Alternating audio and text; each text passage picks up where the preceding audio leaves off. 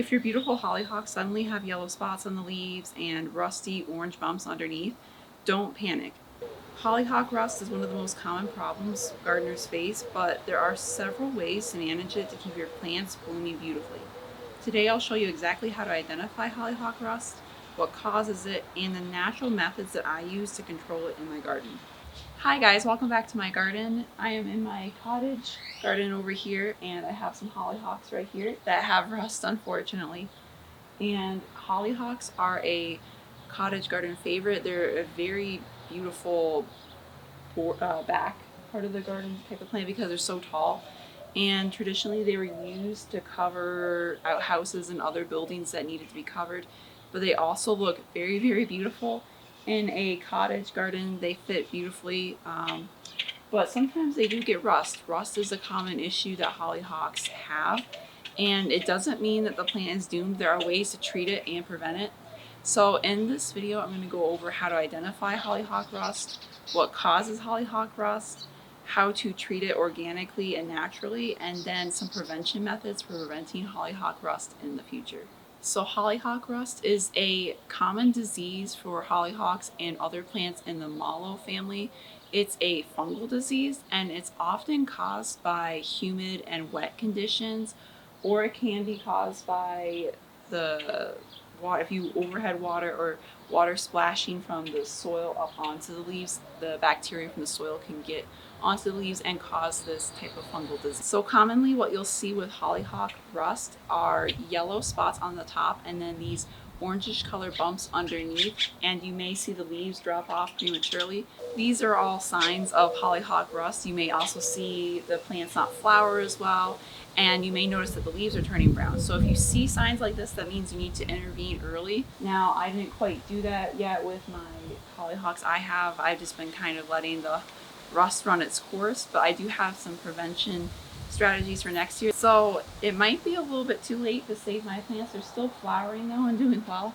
So we'll kind of see here. I'm thinking maybe next year I might not plant hollyhocks in order to let the disease go away. There are several different causes of hollyhock rust. I think in my situation here we had a lot of rain and it splashed some of the spores from the soil up onto the leaves.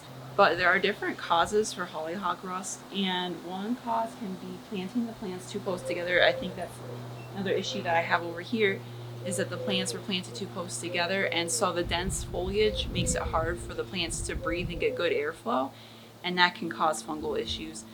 Another issue is overhead watering or rain can cause this. So sometimes putting some mulch around the bottom of the plants will help prevent this, but if you're overhead watering, it will keep the leaves wet and moist, and that can encourage fungus. And then also allowing the water to splash against the soil and then back up onto the leaves can cause different fungal diseases with lots of different plants. So it is good to have some mulch around the bottom of your plants for this reason. Some other causes are humid weather that, hold on to the moisture. That can obviously cause lots of different fungal diseases. And then leaving infected plant debris around the plant. So if you planted hollyhocks the year before and they had rust and you don't clean up the hollyhock leaves and different debris that have fallen on the ground, the next year you could be more likely, especially if you plant in the same area, to get more hollyhock rust. So there are several different ways to treat hollyhock rust. One is to clean up the infected plant debris. So pick off the infected leaves. Make sure you throw them out. Don't compost them. Don't put them in your compost and then put it back in your garden. You'll be spreading the disease around. Another thing is to improve the airflow. So make sure that you're properly spacing the plants. Also, it's a good idea to remove weeds around the bottom of the plant because they can hold on to those plant debris and the bacteria. So make sure you're weeding properly. Also, make sure you're watering properly. So make sure that you are watering at the base of the plant. So drip irrigation is great for this. That's what I use. Make sure that you are not leaving the leaves wet. So it's best to water them in the morning and then let the leaves dry out. Another treatment option is to use organic fungicides, and I do use those occasionally. It's best to use those early on, not to wait until the plant is overtaken by fungal disease. So if you just notice some spots on your plants, that's the best time to start spraying. What I like to use is copper fungicide. There are some sulfur-based fungicides as well. Sometimes neem oil can work as well, but I find that the copper fungicide works the best.